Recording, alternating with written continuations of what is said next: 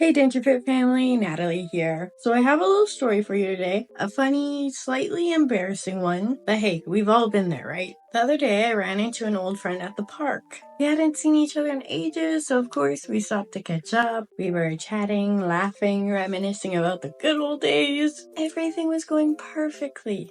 But then, out of nowhere, I felt something strange. You know that little moment of panic when you know something isn't quite right? Yeah, I reached up to adjust my denture, and before I could do anything, whoosh! My denture just fell right out of my mouth. I was mortified. There I was, standing in the middle of the park, holding my denture in my hand, trying to keep it together. My friend just laughed it off and said, "Well, that's one way to drop the conversation." We both cracked up, and suddenly it wasn't so embarrassing. It just became another funny story to tell. If you've got a funny denture story, drop it in the comments below.